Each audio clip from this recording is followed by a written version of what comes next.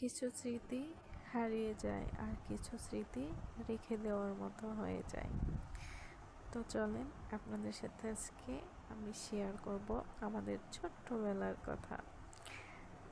ছোটবেলায় কত আনন্দ করতাম, কত কি করতাম, পিকনিক খাইতাম। দেখেন না আজকেও আমরা পিকনিক খাইতেছি, অথচ সেই ছোট্ট ছোট্ট আমরা সবাই বড় হয়ে গেছি। আগের দিনের কথা মনে করতেছি, দেন সবাই আমরা আনন্দ করতেছি। পুরনো স্মৃতি কি ভুলে থাকা যায় বলেন? যায় না। কিন্তু তারপরেও সময়ের জন্য আমাদের ভুলে থাকতে হয়। আজকে আমরা সবাই একসাথে একসাথে সবাই রান্না করব, একসাথে খাবো। এই জন্য সব কিছু রান্না তৈরি করা হচ্ছে। মাটির চুলা, মাটির চুলা